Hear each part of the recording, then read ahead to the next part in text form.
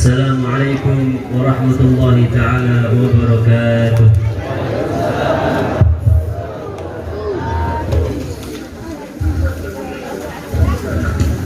Alhamdulillah, alhamdulillahilladzi bi ni'matihi tatimmu shalihat wa tuqda jami'ul hajat wa tuqfa bihil mulimmat wal mulimmat. As'alullah subhanahu wa ta'ala an yaqdi lana jami'al hajat وأن يحفظنا وإياكم من جميع السيئات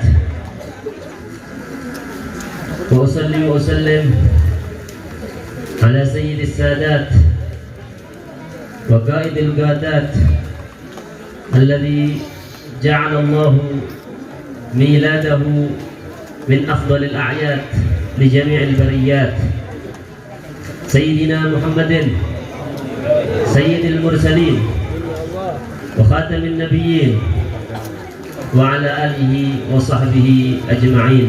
أما بعد، قال رب اشرح لي صدري ويسر لي أمري واحلل عقدة من لساني يفقه قولي. معاشر المسlimin rahimakumullah, alhamdulillah, pada malam hari ini, malam Jumat, malam yang penuh barakah, malam yang disebut merupakan malam yang paling afdal. Afdalul layali lailatul jum'ah wa afdalul ayyam yaumul jum'ah. Paling baiknya malam adalah malam Jumat, paling baiknya hari adalah hari Jumat. Di hari Jumat kelak nanti terjadi hari kiamat, ya, tanggal 15 Ramadan terjadi hari kiamat. Tapi merupakan sayyidul ayyam, yang mana kalau orang meninggal di hari Jumat ataupun meninggal di malam Jumat, mata syahidan. Man mata yaumal jum'ah aw lailatul jum'ah mata syahidan. Siapa saja yang meninggal di hari Jumat atau meninggal malam Jumat, maka dia akan meninggal dalam keadaan tertulis sebagai seorang syahid. Tidak perlu dia berdarah-darah meninggal di peperangan, cukup meninggal malam Jumat ataupun hari Jumat, maka kelak dikumpulkan bersama para syuhada yang mempunyai keistimewaan yang luar biasa, yang mempunyai keistimewaan berupa memberi syafaat kepada keluarganya, tetangganya, dan teman-temannya. Ma'asyiral hadirin rahimakumullah, pada malam hari ini, malam Jumat ini, kita sama-sama memperingati Maulid Nabi kita Muhammad sallallahu alaihi wasallam. Sebelum saya menyampaikan mau'izah, saya ingin memberikan sedikit saja. Nanti pada akhir daripada mau'izah ini akan saya berikan hadiah, tapi dengan catatan yang bisa jawab pertanyaan. Yang bisa jawab pertanyaan saya kasih hadiah. Mau yang bapak-bapak, ibu-ibu, anak kecil sama rata, nanti saya kasih hadiah. Kecuali Ustaz Syafiq tidak boleh. Ustaz Syafiq tidak boleh, kecuali kalau baca qasidah nanti Ustaz Syafiq, baru saya kasih hadiah. Ya Ustaz Syafiq ya. Nanti saya kasih hadiah, tapi pertanyaan ini berhubungan dengan apa yang akan saya sampaikan habis ini. Saya akan sampaikan sesuatu, sampean dengar, syukur-syukur kalau di akhir bisa jawab, saya kasih hadiah. Hadiahnya apa? Surprise. Ya. Baik, alhamdulillah, kita di sini dikumpulkan oleh Allah Subhanahu wa taala untuk merayakan Maulid Nabi Muhammad sallallahu alaihi wasallam. Perayaan Maulid Nabi Muhammad sallallahu alaihi wasallam adalah suatu bentuk penghormatan kita, suatu bentuk ta'zim kita kepada Nabi kita Muhammad sallallahu alaihi wasallam. Itu salah satunya. Di sisi yang lain, peringatan Maulid Nabi Muhammad sallallahu alaihi wasallam adalah merupakan salah satu daripada tanda cinta kita kepada Nabi Muhammad SAW. Di sisi lain, peringatan Maulid Nabi Muhammad SAW merupakan suatu kewajiban, perintah dari Allah Subhanahu wa Ta'ala untuk bersenang, bergembira akan kelahiran Maulid Nabi kita Muhammad SAW. Allah Subhanahu wa Ta'ala di dalam Al-Quran telah berfirman, "Qul bi fadlillahi wa bi rahmatihi fabidzalika falyafrahu." Katakan wahai Nabi Muhammad, hanya dengan karunia Allah, karena sebab karunia Allah dan rahmat Allah Subhanahu wa Ta'ala, maka kalian bergembira, bersukacita, bersenang, gembira. Apa katanya ulama? Keutamaan Allah, rahmat Allah apa yang lebih besar daripada kelahiran Nabi kita Muhammad SAW? Kelahiran Nabi Muhammad SAW merupakan sumber awal daripada kebahagiaan kita di dunia dan di akhirat. Kalau tidak ada Maulid Nabi Muhammad SAW, tidak ada kelahiran Nabi Muhammad SAW, maka tidak ada peristiwa Isra Mi'raj, tidak ada peristiwa hijrah, tidak ada kita berkumpul di sini melakukan sholat berjamaah, membaca Yasin, membaca tahlil, membaca Maulid Nabi Muhammad SAW. Kita tidak bakal menjadi khaira ummah kecuali karena sebab Nabi Muhammad SAW. Oleh karenanya ini merupakan suatu hal yang memang diperintahkan oleh Allah Subhanahu wa Ta'ala, yaitu kita bersenang, bergembira atas rahmatnya Allah Subhanahu wa Ta'ala. Salah satu rahmatnya Allah yang paling besar adalah kehadiran Nabi Muhammad SAW. Makanya katanya sahibul maulid, walau anna amilna kulla hinin li ahmada maulidan qad kana wajib. Kalau misalkan kita berbuat, mengamalkan, membuat maulid setiap saat, kita setiap saat membaca maulid, memperingati maulid Nabi Muhammad SAW, itu sudah merupakan kewajiban bagi kita karena perintah daripada Allah Subhanahu wa Ta'ala. Di tempat lain ataupun akidah lain menyatakan maulid ini bid'ah, maulid ini tidak pernah diajarkan oleh Nabi, maulid ini tidak pernah diajarkan oleh para sahabat. Itu mereka yang menyatakan maulid itu bid'ah. Apa betul maulid ini bid'ah? Tidak pernah dilakukan oleh Nabi, tidak pernah dilakukan oleh para sahabat, para tabi'in dan lain sebagainya. Salah besar ya, salah besar. Kelahiran Nabi Muhammad SAW sudah diberitakan, sudah diceritakan pada umat-umat yang terdahulu. Ma min nabiyyin wala rasul illa akhbara biwujudi hadzal nabiyil karim. Tidak ada satu nabi pun, tidak ada satu rasul pun kecuali menyampaikan kepada umatnya bahwa akan hadir, akan terlahir Nabi yang paling afdal, Nabi yang merupakan manusia yang paling afdal di muka bumi. Setiap kitab umat terdahulu, di kitab Taurat, di kitab Injil, nabi-nabi terdahulu, rasul-rasul terdahulu menceritakan kehadiran Nabi Muhammad SAW. Kitab-kitab terdahulu sumbernya dari mana? Wahyu ilahi dari Allah Subhanahu wa Ta'ala. Nah, kita sebagai umatnya Nabi Muhammad SAW, masa kita tidak memperingati maulid Nabi SAW? Masa kita tidak menjelaskan kepada umat kelahiran Nabi Muhammad SAW? Di kitab Taurat, apa katanya sahibul maulid Ad-Dibai?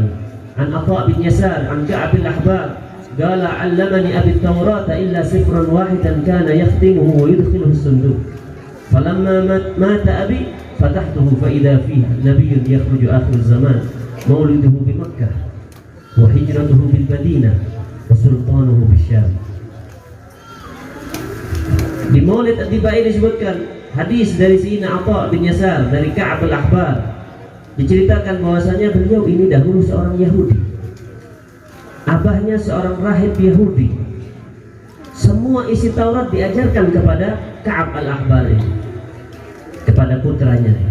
Semua isi Taurat dari lembaran pertama sampai lembaran terakhir illa sifrun wahidan, kecuali satu lembar saja.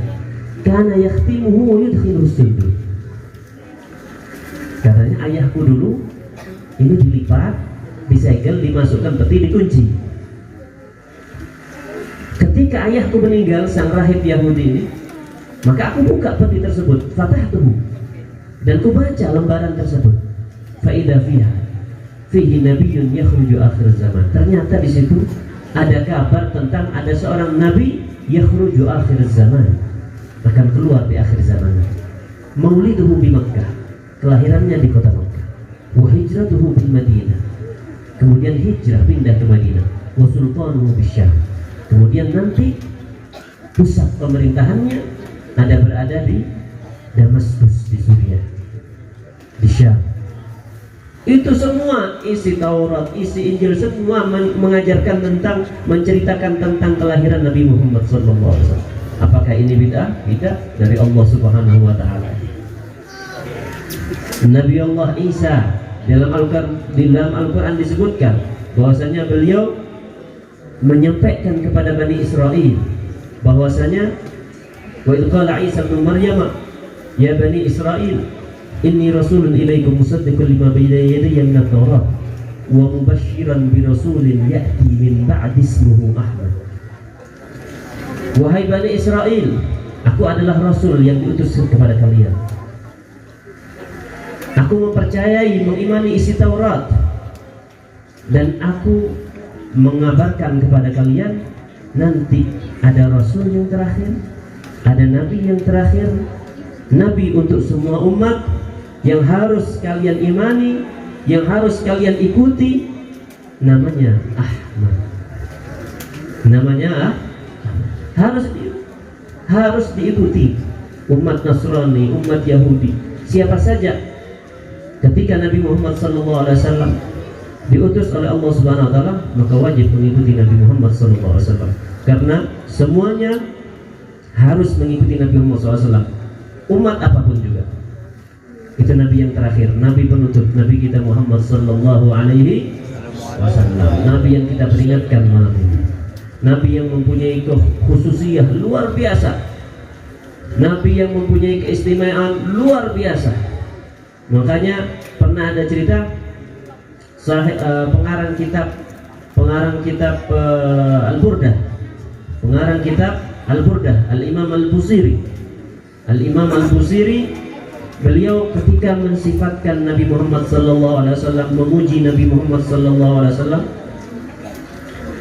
pernah di dalam baitnya beliau mentok sudah mau memuji apa lagi, karena Nabi Muhammad SAW khairul khalq. Ditulislah syair, famablaghul ilmi fihi annahu basharun,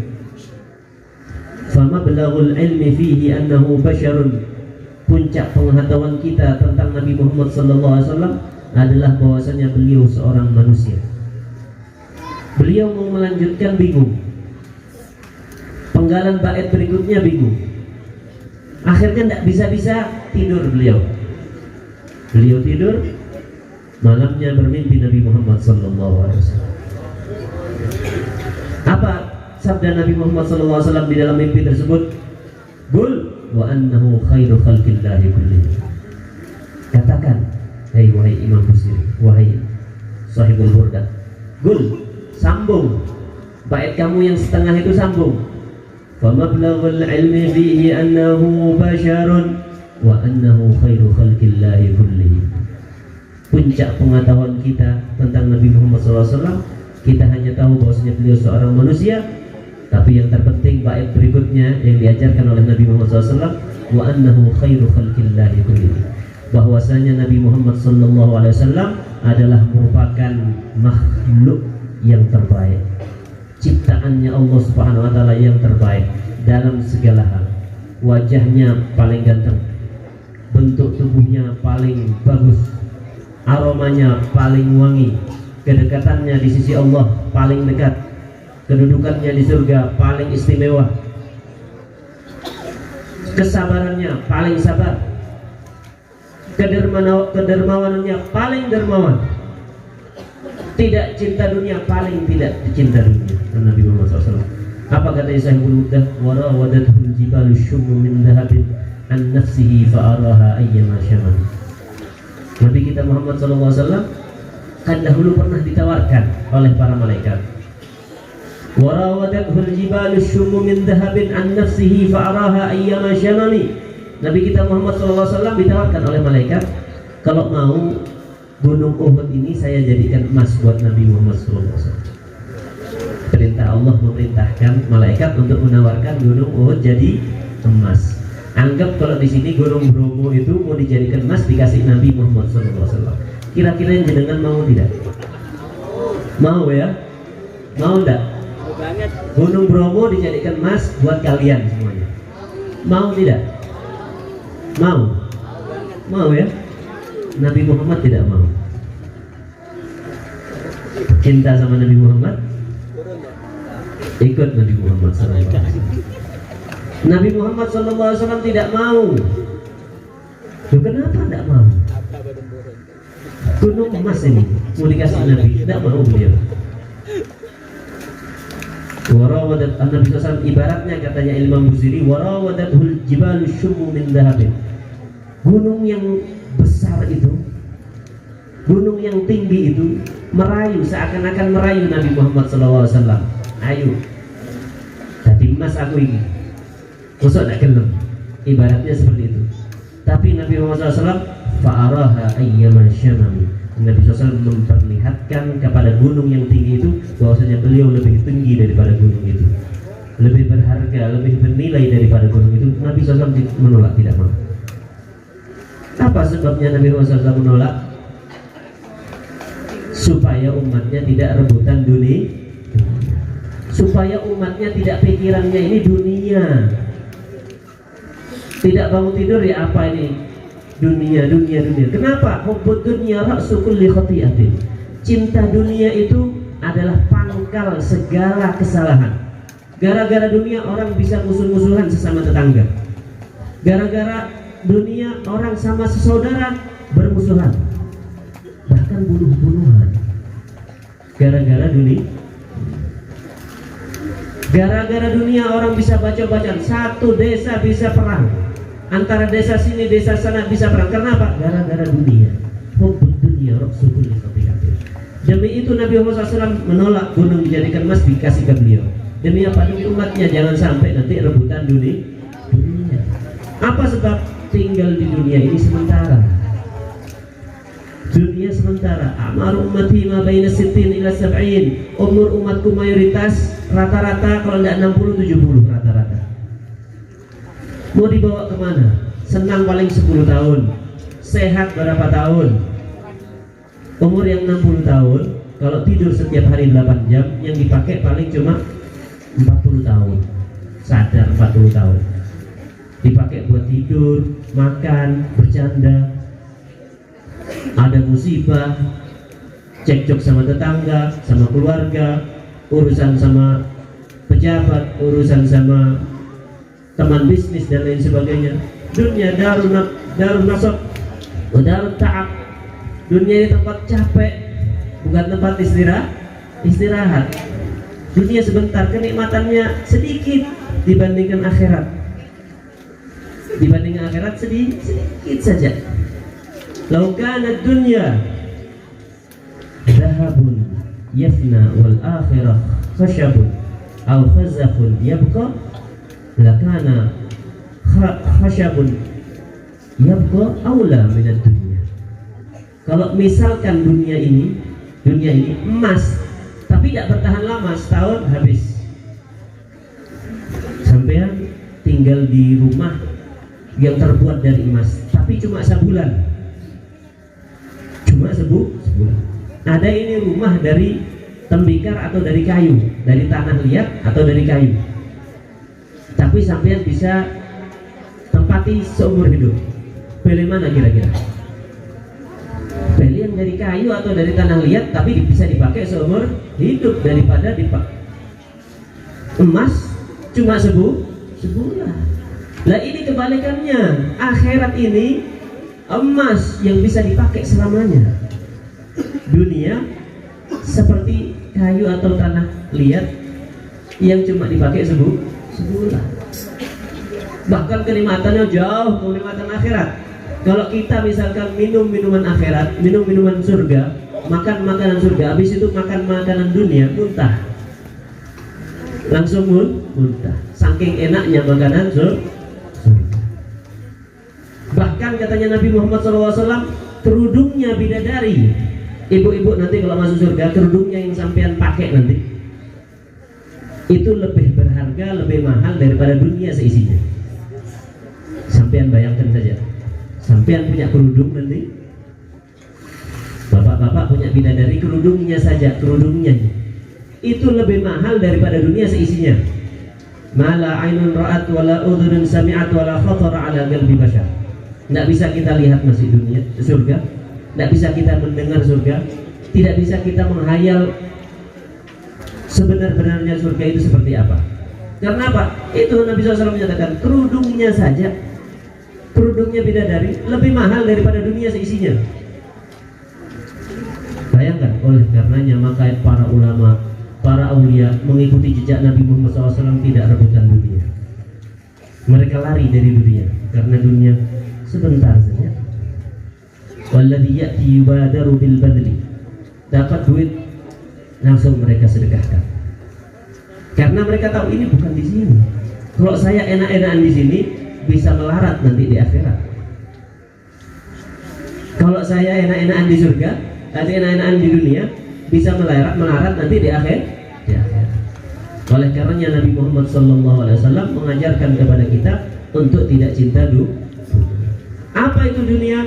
Dunia itu hal-hal yang tidak digiring kepada akhirat.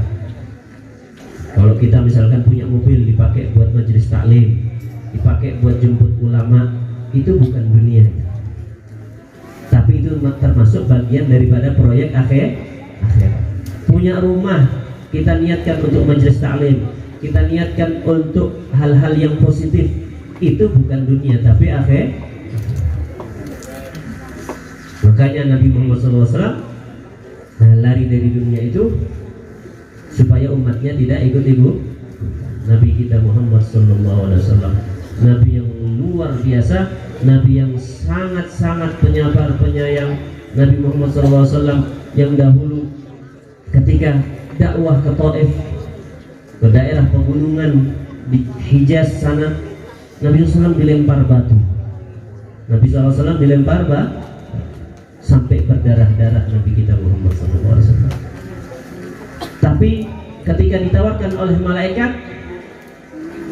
kalau mau gunung ini mau ditimpakan kepada mereka, apa jawaban Nabi Muhammad SAW? Tidak. Nabi walaupun dilempar batu sampai berdarah, tapi tidak mau balas dendam. Karena harapan Nabi Muhammad SAW, Nabi SAW kasihan. Kalau ini ditimpakan, mati semuanya masuk neraka. Nabi SAW masih berharap mereka itu taubat, mereka menerima dakwah Nabi Muhammad SAW, dan kemudian nanti anak-anaknya masuk Islam, masuk surga. Itu Nabi Muhammad SAW. Ketika Nabi SAW diusir oleh orang kafir, diusir dari Mekah, ditindas, diboikot, pamannya dibunuh. Begitu Nabi SAW berhasil menguasai kota Mekah, apakah Nabi SAW balas dendam? Tidak. Nabi SAW tidak balas dendam. Nabi SAW sabar, bahkan dibebaskan semuanya. Tidak ada orang kafir yang ada di Mekah ketika itu yang boleh disakiti. Nabi SAW membebaskan semuanya. Itu sabarnya Nabi Muhammad SAW. Dan ini akhlak seperti ini, akhlaknya Nabi Muhammad SAW yang seperti ini, itu tidak bisa diikuti oleh orang-orang yang biasa. Orang-orang biasa tidak bisa mengikuti. Kalau cuma sholat qobliyah, ba'diyah, sholat tahajud, puasa, orang fasik pun bisa. Orang fasik pun bisa. Kalau cuma ceramah seperti saya, orang fasik pun bisa. Tapi kalau sifat penyabar seperti Nabi SAW, hatinya bersih, tidak ada dendam, tidak bisa dilakukan kecuali orang yang betul-betul pilihannya Allah Subhanahu wa Ta'ala. Makanya para aulia banyak mereka itu yang disihir, banyak yang disihir, banyak yang diganggu ketika dakwah, dicemooh, diejek, dihina, tapi mereka sabar. Kenapa? Karena memang betul-betul mengikuti jejak Nabi Muhammad SAW. Nah, kita sebagai umatnya juga harus mengikuti Nabi Muhammad SAW. Kalau misalkan ada saudara yang menyakiti, yang ngomongnya tidak enak, ya harus diterima, harus lapang dada, harus sabar, harus memaafkan. Ada tetangga yang seperti itu juga harus sabar, harus memaafkan, mengikuti jejak Nabi kita Muhammad SAW. Mereka zalim kepada kita, kita sabar, kita dapat pahala besar, derajat tinggi di sisi Allah. Justru kita harus kasihan sama orang yang zalim sama kita, sebab dia berkurang pahalanya, makin jauh sama Allah Subhanahu wa Ta'ala. Kalau tidak taubat, nasallallahu alaihi wasallam, bisa masuk neraka.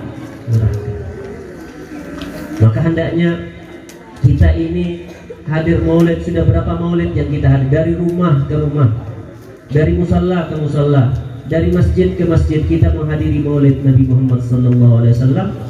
Maka hendaknya kita introspeksi diri, kita hitung apakah kita sudah mendapatkan berkah daripada hadir maulid ini. Nah, bagaimana ukurannya kita dapat berkah?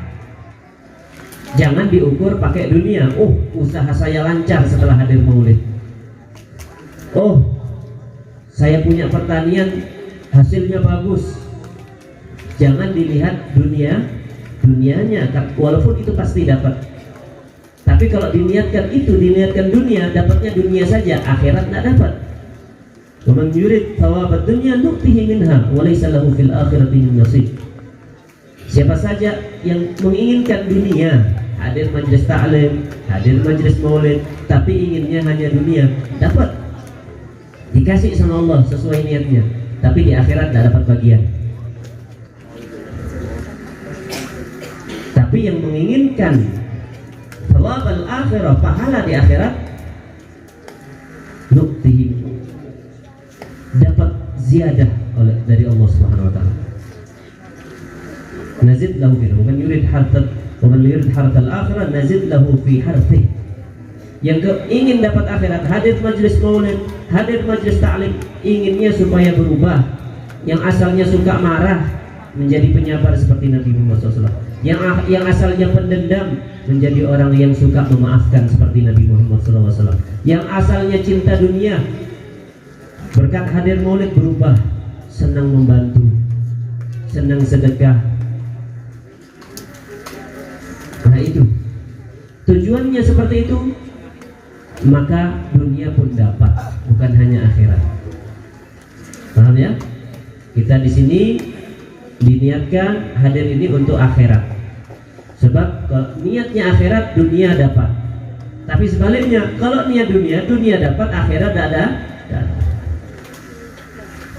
Nah, memang ketika majlis-majlis seperti ini diadakan, itu rahmat dari Allah Subhanahu wa Ta'ala akan turun. Rahmat dari Allah Subhanahu wa Ta'ala akan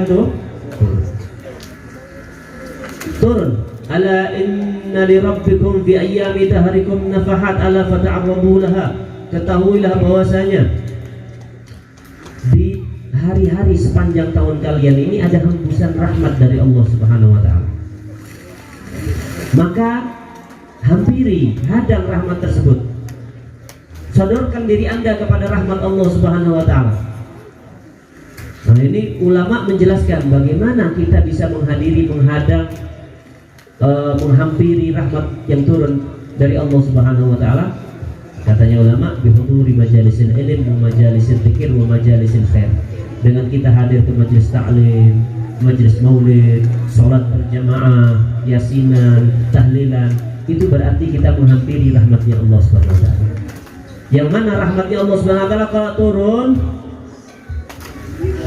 ada yang mulai bisnis, lancar bisnisnya. Ada yang sudah bisnis lancar, tambah lancar. Ada yang sakit, diberi kesembuhan oleh Allah Subhanahu wa Ta'ala. Ada santri yang susah hafalannya jadi kuat, pemahamannya mudah, Dan yang terpenting adalah husnul khatimah indal. Berkat menghadiri majlis-majlis seperti ini, rutin hadir majlis-majlis seperti ini, bisa menyebabkan kita meninggal dalam keadaan husnul khatimah. Ya, yamutul mar'u ala ma 'asha 'alaih wa yub'atsul mar'u ala ma mata 'alaih. Seseorang itu akan meninggal sesuai dengan keadaannya di dunia. Biasanya apa? Biasanya hadir maulid, biasanya sholat berjamaah, insya Allah meninggal dalam keadaan itu husnul khatimah. Biasanya mabuk-mabukan, biasanya ke diskotik, biasanya judi, nas'alullah al-afiyah, mati nanti dalam keadaan minum oplos. Nas'alullah al-afiyah. Semoga kita dihindari semuanya ya. Kemudian ma'asyiral muslimin rahimakumullah, perayaan maulid seperti ini kita mengumpulkan orang yang banyak, kita masak-masakan yang enak, kita bagikan. Itu bukan saat ini saja, tapi zaman dahulu sudah dilaksanakan. Kalau untuk yang skala besar, yang jumlahnya masanya besar, tercatat dalam sejarah Al-Imam As-Suyuti menjelaskan yang pertama kali mengadakan maulid secara besar-besaran yang dicatat oleh sejarah adalah seorang raja yang menguasai daerah utara di Irak, daerah namanya Arbil, namanya Al-Malik Al-Muzaffar. Al-Malik Al-Muzaffar ini beliau yang pertama kali mengadakan maulid dengan skala besar. Bahkan dicatat oleh sejarah, katanya Al-Imam Suyuti, diinfakkan, digelontorkan dana ketika itu sebanyak 350.000 dinar. 350.000 dinar, bukan rupiah, bukan dolar. Satu dinarnya setara dengan 4,5 gram emas. Berapa itu kira-kira? 4,5 gram emas dikalikan 350.000, jadinya berapa? Ada yang bawa kalkulator? 4,25 gram. 4,25 gram emas dikali 350.000, berapa itu? Berapa kilo emas itu? Kemudian masih dikalikan harga emas sekarang berapa? 1 juta emas 24 karat, kurang lebih 1,5 triliun digelontorkan. Raja sih, ya kan? Kalau sultan mah bebas, ambil dari APBN, keluarkan gampang ya. Seorang raja yang menghormati Nabi kita Muhammad SAW, sampai-sampai katanya ulama, kurang lebih ada 100.000 kambing yang disembelih untuk merayakan, kurang lebih ada 100.000 ayam yang disembelih untuk merayakan kelahiran Nabi Muhammad SAW, dan kurang lebih ada 5.000 sapi yang disembelih untuk merayakan kelahiran Nabi Muhammad SAW. Makanya katanya Sahibul Maulid, min ajlihi tukramul aitamu wal fuqara, karena sebab memperingati maulid Nabi Muhammad SAW dimuliakan, diberikan sedekah kepada orang-orang yatim dan orang-orang fakir. Al-Imam Sultan Salahuddin Al-Ayyubi, Sultan Salahuddin Al-Ayyubi yang terkenal, yang merawat, yang memimpin umat muslim membebaskan tanah Palestina dari jajahan Katolik ketika itu. Beliau juga untuk menyemangati masyarakat muslimin untuk jihad fisabilillah, beliau mengadakan maulid di mana-mana. Imam Sultan Salahuddin Al-Ayyubi setiap tahunnya mengadakan maulid di tanggal 8 Rabiul Awal. Tahun depannya lagi tanggal 12. 8 dan 12. Kenapa kok 8 sekarang tanggal 8, tahun depannya tanggal 12 Rabiul Awal? Karena ada khilaf, ada perbedaan antara ulama tentang kelahiran Nabi SAW. Yang masyhur tanggal 12, ya kan? Tanggal 12 Rabiul Awal. Ada ulama, sebagian ulama menyatakan tanggal 8 Rabiul Awal. Oleh karena itu Al-Imam Sultan Salahuddin Al-Ayyubi mengadakan maulid di 2 tanggal tersebut, cuma diselang-seling. Tahun ini tanggal 8, tahun depan tanggal 12. Dan beliau Sultan Salahuddin Al-Ayyubi menginfakkan 300.000 dinar untuk perayaan maulid Nabi Muhammad SAW. Ini perayaan dari dulu, bukan bukan yang menyalahi syariat. Sebab Dari dahulu Allah Subhanahu wa taala mengisahkan kelahiran Nabi kepada umat-umat terdahulu. Kita umat Nabi Muhammad SAW lebih berhak daripada umat terdahulu untuk memperayakan, untuk memperingati, untuk mengetahui kelahiran Nabi Muhammad Sallallahu Alaihi Wasallam.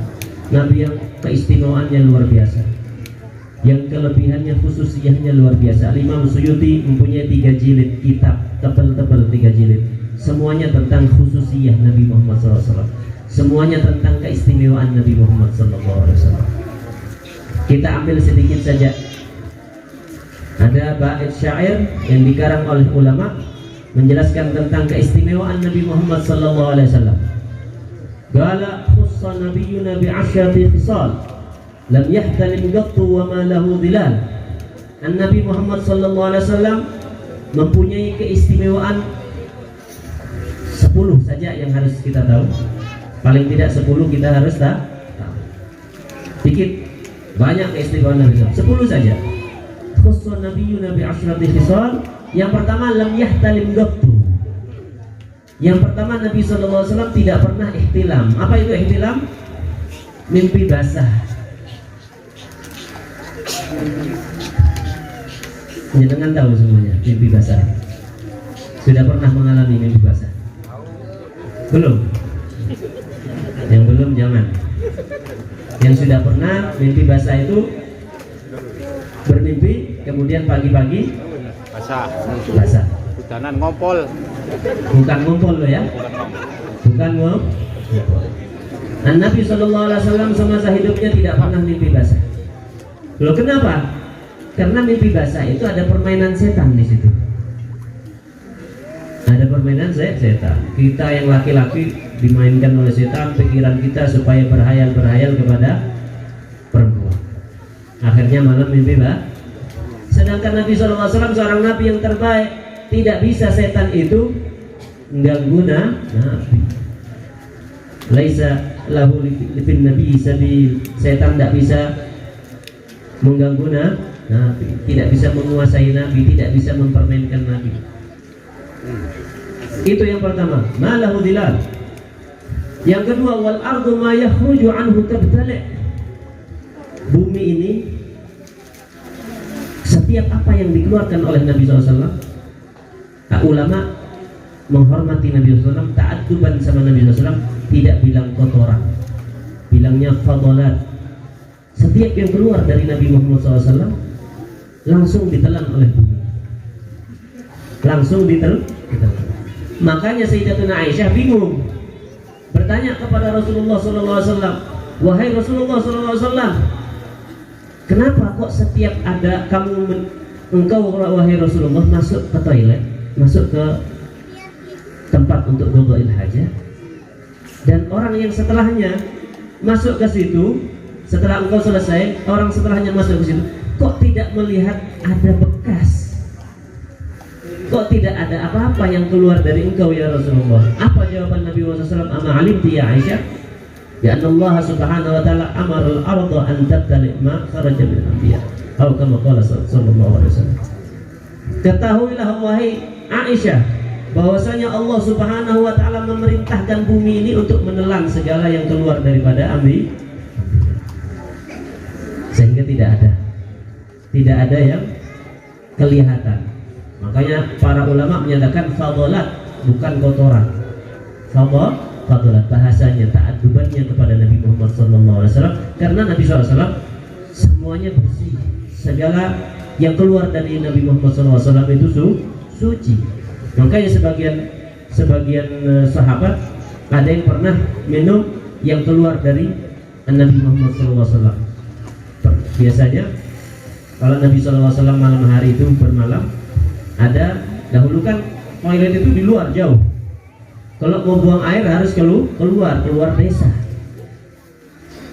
Zaman makin berubah, masuk dalam desa toilet. Zaman makin berubah, masuk dalam rumah tapi di luar gedung bangunan rumah. Zaman makin berubah, sekarang ada di dalam rumah. Zaman makin berubah, ada di dalam kamar. Tidak tahu ke depannya mungkin ada di bawah kasur itu toiletnya. Dahulu kalau mau buang air harus keluar. Nah, kalau kebelet tengah malam bagaimana? Ada wadah yang disediakan. Pernah salah seorang sahabat ketika Nabi SAW qada'il hajah, ya, ditaruh di tempat tersebut, biasanya sama yang khidmah kepada Nabi Muhammad SAW itu dibuang kan. Pernah satu saat diminum oleh sahabat, diminum, sehingga Nabi Muhammad SAW menyatakan, mulai saat ini maka jasadmu tidak akan tersentuh api neraka, berkat Nabi Muhammad Sallallahu Alaihi Wasallam. Karena segala yang keluar dari Nabi Muhammad SAW suci semua. Wal ardu ma yakhruju anhu tabtali' kadzalika ad-dubabu anhu mumtali'. Khususiyah, keistimewaan Nabi SAW berikutnya adalah ad-dubab anhu mumtali'. Ini banyak lalat nih. Kalau ada Nabi di sini, tidak hinggap di tubuhnya Nabi SAW lalat. Kenapa? Karena umumnya lalat itu hinggap ke tempat-tempat yang biasanya ada kotoran. Yang mana ada kotoran hinggap di situ. Nabi SAW dari ujung kepala, ujung kaki bersih, suci, wangi. Tidak, Nabi SAW tidak pernah dihinggapi kotoran sama sekali. Tidak pernah dihinggapi lalat sama sekali. Wal kadzalika dzubabu anhu mumtali. Kemudian keutamaan beliau yang berikutnya, ta'rifuhu ad-dawabu hina yarkubu ta'ti ilaihi sur'atan la tahrubu. Nabi Muhammad SAW kalau menunggangi kendaraan, onta, kuda, keledai, itu onta tahu kemana Nabi Muhammad SAW mau mengarah. Ya, kalau sekarang istilahnya autopilot, otomatis kendalinya itu mau kemana, tinggal pencet, saya mau ke Tosari, jalan sendiri mobil. Sekarang ada yang seperti itu. Kendaraan modern sekarang ada yang seperti itu. Bahkan pesawat mendarat pun ada namanya autopilot, tinggal mendarat otomatis, tidak usah dipegang kendalinya. Itu dahulu 1400 tahun yang lalu Nabi Muhammad SAW sudah seperti itu. Kendaraan ini, kuda, onta, keledai. Kapan Nabi SAW mengarah ke suatu tujuan, ini tahu, tidak usah disetir. Mengarah kemana tahu. Ta'rifuhu ad-dawabu hina yarkubu ta'ti ilaihi sur'atan la tahrubu. Datang kalau Nabi SAW mengundang, datang sendiri. Tidak pernah kabur dari Nabi Muhammad SAW. Kemudian keistimewaan berikutnya, yara wara'ahu tanamu ainah wa qalbuh la yanam. Tanamu ainah wa qalbuh la yanam. Mata beliau tidur, tapi hati beliau tidak. Walaupun mata beliau tidur, tapi hati tidak tertidur, tidak pernah tertidur, selalu teringat kepada Allah Subhanahu wa taala. Merasakan apa yang ada di sekitarnya Nabi kita Muhammad sallallahu alaihi wasallam. Yara wara'ahu kama yara amam. Nabi Muhammad SAW mampu untuk melihat yang ada di belakang beliau, sebagaimana Nabi SAW melihat orang-orang yang ada di depan beliau. Nabi SAW salat berjamaah, makmumnya para sahabat ngapain saja di belakang, Nabi SAW tahu. Itu termasuk khususiyah daripada Nabi Muhammad SAW. Kemudian khususiyah Nabi Muhammad SAW,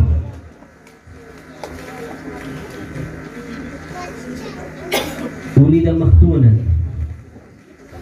maktunan. Nabi Muhammad SAW terlahir dalam keadaan sudah disunat. Otomatis terlahir beliau sudah disunat. Nabi kita Muhammad sallallahu alaihi wasallam. Kemudian khususiyah beliau, ya'lu julusuhu julusal julasa. Kalau Nabi Muhammad SAW duduk di antara para sahabat, Nabi terlihat paling tinggi. Badan beliau proporsional, badan beliau paling bagus, tidak terlalu tinggi dan tidak pendek. Orang kalau terlalu tinggi tidak bagus, melihatnya tidak bagus. Tapi Nabi Muhammad SAW kapan saja duduk di tempat di situ ada orang yang tinggi, terlihat lebih tinggi Nabi Muhammad SAW. Bahkan sampai sekarang katanya ulama, gubbah Gubbatul Khadra, Masjid Nabawi itu yang ada gubahnya, gubah yang hijau, di situ ada jasad Nabi Muhammad SAW. Kalau dilihat dari luar kota Madinah, maka gedung-gedung yang ada di sekitarnya Masjid Nabawi terlihat berada di bawah gubah tersebut. Mukjizatnya Nabi Muhammad SAW. Kemudian mukjizat yang berikutnya, Salla alaihi Allahu subhan wa masa. Nabi Muhammad SAW mendapatkan karunia dari Allah Subhanahu Wa Taala. Allah Subhanahu Wa Taala bersalawat kepada Nabi Muhammad SAW pagi dan sore. Pagi sore mendapatkan salawat daripada Nabi Muhammad SAW. Makanya Nabi SAW tidak butuh dengan salawatnya kita yang butuh bersalawat kepada Nabi Muhammad SAW. Sebab apa? Man shalla alayya marrah sallallahu alaihi biha asyra. Siapa saja yang bersalawat kepada Nabi Muhammad SAW sekali saja, Allah bersalawat kepada dia 10 kali. Wa man shalla alayya asyra sallallahu alaihi biha mi'ah. Wa man shalla alayya mi'ah sallallahu alaihi biha alfa. Wa man shalla alayya alfa harramallahu sya'rahu wa basyarahu 'alan nar. Siapa saja yang bersalawat kepadaku, kata Nabi Muhammad SAW, 1000 kali, maka Allah Subhanahu Wa Taala akan melarang, akan mengharamkan jasadnya tersentuh api neraka berkat salat. Ini kemuliaan kita, mendapat kemuliaan berkat Nabi Muhammad SAW. Nabi tidak butuh salawat kita, tapi kita yang berbutuh bersalawat kepada Nabi, karena salawat fadilahnya sangat banyak. Oleh karenanya, di antara strategi ulama supaya kita ini kembali ke jalan menuju surga, kembali ke rumah asal kita, diperbanyak majlis salawat. Karena salawat salah satu cara kita untuk sampai kepada Nabi Muhammad SAW, sang pemberi syafaat kita nanti di hari kiamat. Yang paling dekat dengan Nabi Muhammad SAW, yang mempunyai keistimewaan terhebat dengan Nabi Muhammad SAW adalah yang paling banyak bersalawat kepada Nabi Muhammad SAW. Majelis-majelis seperti ini didirikan, dihadirkan, diadakan gunanya untuk kita selalu berada di jalur yang benar, berada di jalurnya Nabi Muhammad SAW. Dibikin majelis seperti ini supaya kita tahu gaya hidupnya Nabi Muhammad SAW seperti apa. Mulai dari bangun tidur sampai tidur lagi, Nabi Muhammad SAW seperti apa caranya Nabi Muhammad SAW. Bagaimana Nabi SAW berkeluarga bersama anaknya, bersama istrinya. Bagaimana caranya Nabi Muhammad SAW bergaul, berkeluarga, bertetangga, berwarga negara, berurusan negara bagaimana. Itu Nabi SAW sudah menjelaskannya. Sudah ada undang-undangnya, sudah ada aturannya. Yang mana al-yawma akmaltu lakum dinakum wa atmamtu alaikum ni'mati wa raditu lakumul islam madinah. Agama ini sudah disempurnakan oleh Allah SWT, tidak kurang, tinggal kita saja butuh untuk mempelajarinya. Tidak kurang agama ini, semua diajari, dari bangun tidur sampai tidur lagi, dari berkeluarga, bertetangga, bermasyarakat, bernegara, diajarkan oleh Nabi Muhammad SAW. Tinggal kita mau tidak ikut Nabi Muhammad SAW, mau tidak mempelajari syariatnya Nabi Muhammad SAW. Allah Subhanahu Wa Taala menciptakan dunia seisinya ini. Dunia seisinya diciptakan dan menciptakan aturannya, undang-undangnya. Kita hidup di dunia, hidup mengelola tubuh kita sendiri seperti apa. Istinja kita cebok diajari oleh Nabi Muhammad SAW.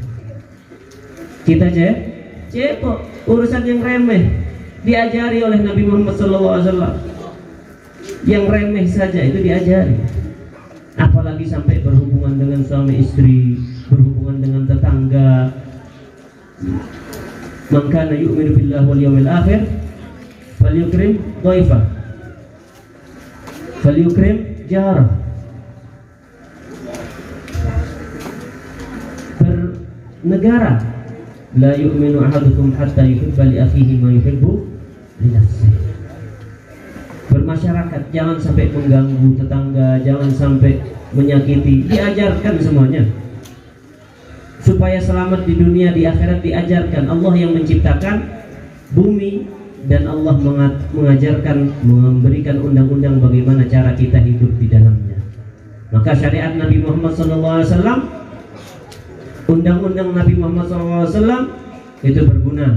itu cocok diterapkan di mana saja. Mau di Tosari, mau di Bangil, di Raci, di Los Angeles, di Makkah, di Barcelona, di Madrid, semuanya undang-undang Nabi SAW di mana saja diterapkan cocok. Jangan sampai kita sebagai Muslim tidak menjalankan undang-undang Nabi, tidak ramah seperti Nabi, tidak lemah lembut seperti Nabi. Jangan sampai seperti orang Barat lebih ramah kepada kita. Orang Nasrani, orang Katolik yang di sana, yang di Eropa, ramah sesama tetangga. Jangan sampai mereka lebih ramah. Itu ajaran Nabi Muhammad SAW, ramah kepada tetangga, ramah kepada orang asing, ramah kepada tamu, senyum. Itu ajarannya Nabi Muhammad SAW. Sabar, dermawan, itu ajarannya Nabi. Tidak cinta dunia, tidak rebutan, apalagi rebutan ahli waris, rebutan tanah, tidak. Urusan tanah Nabi SAW cukup diperingatkan oleh Nabi Muhammad SAW. Siapa saja yang zalim, siapa saja yang mencuri, merampas haknya orang lain di dalam urusan tanah, walaupun cuma sejengkal, nanti sejengkal tanah ini hukumannya di hari kiamat dia dikalungkan oleh Allah Subhanahu wa taala sampai 7 lapis bumi. Kira-kira kalau sejengkal 7 lapis bumi berat atau tidak? Kalau sejengkal saja kali 10 meter sudah berat ya. Apalagi sejengkal tanah ini sampai ke dalam. Nanti dikalungkan di akhirat, dibawa nanti di mahsyar. Berat, hukumannya berat. Undang-undangnya itu berat. Masa kehidupan yang cuma sebentar di dunia ini mau ditukar sama kehidupan yang abadi di akhirat? Makanya Nabi SAW mewanti-wanti tidak boleh zalim, tidak boleh merampas haknya orang lain. Sebab apa? Di akhirat itu bukan cuma sebentar, selamanya. Kalau bahagia, bahagia selamanya. Kalau sengsara, sengsara selamanya. Semua diajarkan, tergantung kita. Apakah kita betul-betul mencintai Nabi Muhammad SAW? Kalau betul-betul mencintai dan kepingin bersama Nabi Muhammad SAW, maka kuncinya man ahabbani, man ahya sunnati faqad ahabbani, wa man ahabbani kana ma'i fil jannah. Siapa saja yang menghidupkan sunnahku, siapa saja yang menghidupkan ajaranku, lifestyleku, cara hidupku, undang-undangku, maka dia telah benar-benar mencintaku. Siapa saja yang telah benar mencintaiku, maka kana ma'i fil jannah, kelak bersamaku di surga. Katanya ulama, bagaimana kita betul-betul menghidupkan syariat Nabi? Dengan cara kita mempelajarinya. Saya sudah tua, tidak ada kata tua. Utlubul ilma minal mahdi ilal lahdi. Nabi SAW memerintahkan kita untuk menuntut ilmu dari mulai diayun oleh ibu sampai meninggal, sampai masuk liang lah. Tidak ada kata terlambat untuk menuntut ilmu. Saya sudah putus sekolah lama, saya sudah terlanjur berbuat maksiat, tidak ada kata terlanjur. Sebelum nyawa ini dicabut oleh malaikat, tidak ada kata terlanjur. Mulai sekarang niatkan untuk menuntut ilmu, apalagi menuntut ilmu. Kalau kita meninggal dalam saat menuntut ilmu, maka meninggal dalam keadaan syahid. Man mata fi thalabil ilmi mata syahidan. Siapa saja yang meninggal dalam kondisi menuntut ilmu, maka meninggal dalam keadaan syahid. Kita hadir di majelis-majelis seperti ini, niatkan menuntut ilmu juga. Jadi suatu saat kalau kita meninggal, ada niatan kan mau menuntut ilmu sampai meninggal dalam keadaan syahid. Meninggal dalam keadaan mendapatkan pahala syahid, syuhada. Ya. Walaupun cuma baru 1 tahun Ustaz, walaupun baru cuma 1 tahun belajar hafid, walaupun dulu di zamannya Al-Imam Malik, beliau mengajar di Masjid Nabawi. Yang hadir orang-orang yang sudah alim pakai imamah. Kemudian yang hadir orang-orang bapak-bapak, kakek-kakek. Yang hadir anak-anak muda. Yang hadir anak-anak kecil. Banyak murid santrinya Al-Imam Malik. Di antara yang hadir ada yang meninggal masih muda, baru beberapa saat belajar, meninggal masih muda. Kemudian setelah meninggal ada salah satu keluarganya yang bermimpi dia. Dia tanya dalam mimpinya, Allah Subhanahu wa taala memperlakukan kamu bagaimana di sana, di alam sana? Apa katanya orang tadi, santrinya Imam Malik tadi yang masih kecil? Oh, alhamdulillah, aku pertama kali diletakkan di tempat orang-orang yang derajatnya rendah. Tapi tidak lama Allah Subhanahu wa taala memerintahkan untuk memindahkan aku ke tempat ulama yang besar, ulama-ulama hebat. Sebab katanya Allah Subhanahu wa taala, ini hambaku ini belajar dengan niatan untuk menjadi ulama besar. Bukan cuma sebentar saja, niatannya sampai meninggal nanti belajarnya. Tapi dia itu meninggal, aku cabut nyawanya, masih kecil dia. Kalau misalkan saya panjangkan umurnya, niscaya dia akan melaksanakan niatnya itu. Dari sini, karena niatnya dia untuk belajar sampai meninggal, sampai menjadi ulama besar, Allah pindah, memerintahkan malaikat untuk memindahnya dari derajatnya yang ekonomi menuju surga, tempat derajatnya para ulama yang besar, berkat niatnya yang tulus. Maka kita hadir di tempat seperti ini juga diniati untuk menuntut ilmu, supaya kalau meninggal dengan harapan kita mendapat pahala sebagai syuhada. Ma'asyiral muslimin rahimakumullah, semoga kita yang semua hadir di sini, semua masyarakat yang ada di sekitar musola ini mendapatkan berkah maulid. Yang sakit disembuhkan oleh Allah Subhanahu wa taala. Yang usahanya agak mampat karena corona diberi keluasan rezeki, diberikan panjang umur oleh Allah Subhanahu wa taala. Yang punya masalah dengan istri, istrinya dijadikan menjadi istri yang solehah. Yang punya masalah dengan suami, suaminya dijadikan suami yang soleh, yang perhatian sama istrinya, yang baik, yang tidak pelit, ya. Dijadikan suaminya menjadi penyayang.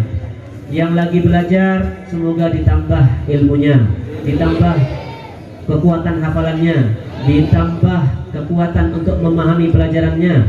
Yang belum kawin, semoga cepat dapat jodoh yang soleh solehah. Yang sudah kawin, semoga istrinya tambah solehah. Mau nambah lagi jangan, kecuali kalau tapi tidak apa-apa ya, syariat ya Bu ya, tidak apa-apa. Kalau suaminya mau kawin lagi tidak apa, ya tidak apa-apa, sabar, sabar, itu syariat dari Allah Subhanahu wa taala. Jangan khawatir suaminya kawin lagi, karena itu rizik-rizikan dari Allah. Sehebat apapun suami berusaha untuk kawin lagi, kalau bukan ditentukan oleh Allah, tidak bakal kawin lagi. Tapi kalau sudah ditentukan, walaupun suaminya jelek, uangnya sedikit, sudah ditentukan untuk kawin 4 misalkan, ya bakal kawin, sampean tidak usah sakit hati. Sudah diterima sabar, dapat surga. Itu rezekinya Allah. Walaupun ganteng kaya, kalau tidak dapat rezeki dari Allah Subhanahu wa taala, tidak bakal.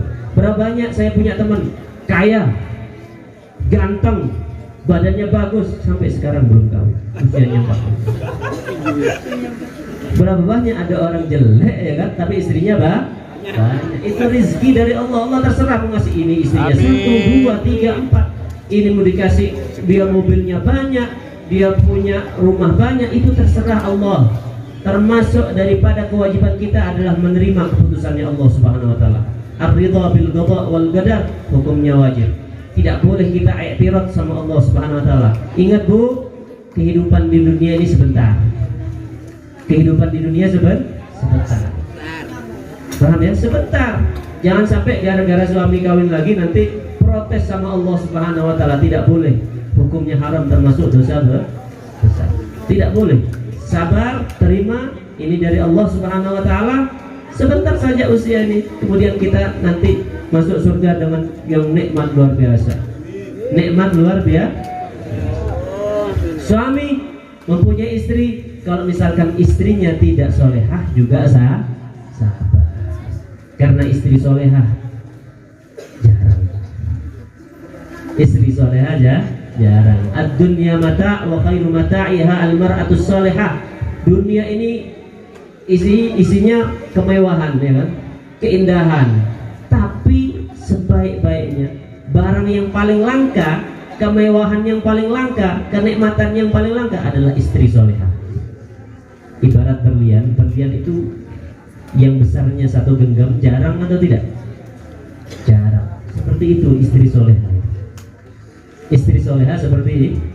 Sampean kalau sabar, pahalanya surga, derajatnya tinggi. Seperti kisahnya Syekh Abdurrahman Bajalahban. Syekh Abdurrahman Bajalahban ini, beliau mempunyai istrinya luar biasa cerewet. Luar biasa cerewet. Setiap hari diomeli, setiap hari marah-marah istrinya. Tapi beliau sabar. Suatu saat tidak pernah mukul, tidak pernah mencaci maki kepada istrinya. Beliau sabar. Ikut sabdanya Nabi Muhammad SAW. Khairukum li ahli wa ana khairukum li ahli. Sebaik-baik kalian adalah sebaik-baiknya terhadap keluarganya, terhadap istrinya. Dan aku adalah sebaik-baik manusia terhadap keluarganya, terhadap istrinya. Syekh Abdurrahman mengikuti sarannya Nabi Muhammad SAW. Dapat derajat tinggi.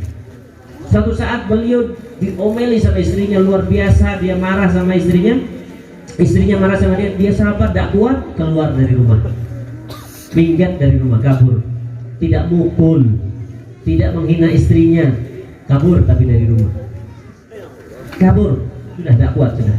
Akhirnya masuk ke hutan, masuk ke gua, ternyata didapatkan di sana ada dua orang yang asik-asikan di dalam gua, tenang, makan enak. Kaget Syekh Abdurrahman Bajalahban ini. Sampean ini kok dapat makanan enak dalam gua, jauh dari permukiman, tidak ada warung di sini, tidak ada McDonald dan lain sebagainya, tidak ada restoran. Kok bisa dapat makanan enak ini? Bagaimana ceritanya? Oh, saya tawassul dengan seorang wali besar, wali Allah, orang yang dekat dengan Allah. Dia punya karamat luar biasa, derajatnya di sisi Allah sangat tinggi. Saya tawassul, ya Allah, berkat wali ini saya minta makanan, datang makanan. Syekh Abdurrahman bingung, siapa wali tersebut? Namanya Syekh Abdurrahman Bajalahban. Dia sendiri. Saya wali ternyata menurut dia. Perasaan tidak wali, tapi dua orang ini tawasul dengan dia sendiri, dengan Syekh Bajalahban ini. Kemudian beliau penasaran, amal ibadahnya apa? Perasaan tidak banyak ibadahnya mungkin ya. Tanya sama orang dua tadi, apa yang bisa menyebabkan Syekh Abdurrahman menjadi wali besar? Apa amal ibadahnya? Oh, amalnya dia satu, sabar sama istri. Sabar sama istri, sama kelakuan istrinya. Akhirnya dia tahu, sabar sama istri ternyata pahalanya besar, merupakan kedekatan di sisi Allah Subhanahu wa ta'ala. Akhirnya yang asalnya kabur dari rumah, maju tak gentar, terus sabar bersama istri, pulang ke rumah. Istrinya ngomel, biar yang penting dekat dengan Allah Subhanahu wa ta'ala. Tapi lebih besar lagi kalau ada seorang suami yang bisa mendidik istrinya supaya dia menjadi orang salehah seperti Nabi Muhammad sallallahu alaihi wasallam. Nah, karenanya alhamdulillah, semoga kita ini diberikan taufik dan hidayah oleh Allah Subhanahu wa taala untuk tergerak hati kita selalu menuntut ilmunya Nabi Muhammad SAW dan mengamalkannya. Sebab itu tadi, man ahya sunnati, katanya ulama, yang menghidupkan sunnah Nabi SAW, syariat Nabi Muhammad SAW dengan apa? Mempelajarinya, mengamalkannya, kemudian menyebarluaskannya. Alhamdulillah majelis-majelis ini termasuk daripada ihya sunnatin Nabi SAW, termasuk daripada menghidupkan syariat Nabi Muhammad SAW, yang mana balasannya kelak insya Allah bersama Nabi Muhammad SAW. Yang penting ikhlas lillahi ta'ala. Nah, mungkin cukup sampai di sini. Saya tutup dengan pertanyaan-pertanyaan, yang bisa jawab dapat hadiah. Tapi saya duduk ya. Allah Subhanahu wa ta'ala alam bisawab. Semoga mendapat berkah semua dari kanjeng Nabi Muhammad SAW. Semoga bisa meneladani sifat-sifat Nabi Muhammad SAW. Semoga kita kelak dikumpulkan bersama Nabi Muhammad SAW, mulai dari di barzakh, kemudian di mahsyar, kemudian di sirat, kemudian di mizan, kemudian di surga firdaus bersama Nabi Muhammad SAW. Semoga kita semua dipanjangkan umurnya oleh Allah Subhanahu wa taala, diberikan kesehatan, dilancarkan rezekinya, diluaskan rezekinya untuk membela agama Allah Subhanahu wa taala, untuk berbuat baik, untuk bersedekah, untuk tidak cinta sama sekali kepada dunia. Semoga kita diberikan hati yang bersih, didekatkan kepada Nabi Muhammad SAW. Semoga kita dijadikan oleh Allah Subhanahu wa taala menjadi orang-orang yang dekat dengan Nabi Muhammad SAW, yang mencintai Nabi Muhammad SAW, yang bisa, yang gemar, yang cinta dengan syariat Nabi, yang cinta dengan sifat-sifat Nabi, yang bisa menghafal sifat-sifat Nabi, kemudian mengamalkannya, kemudian mencontohnya walaupun sedikit demi sedikit.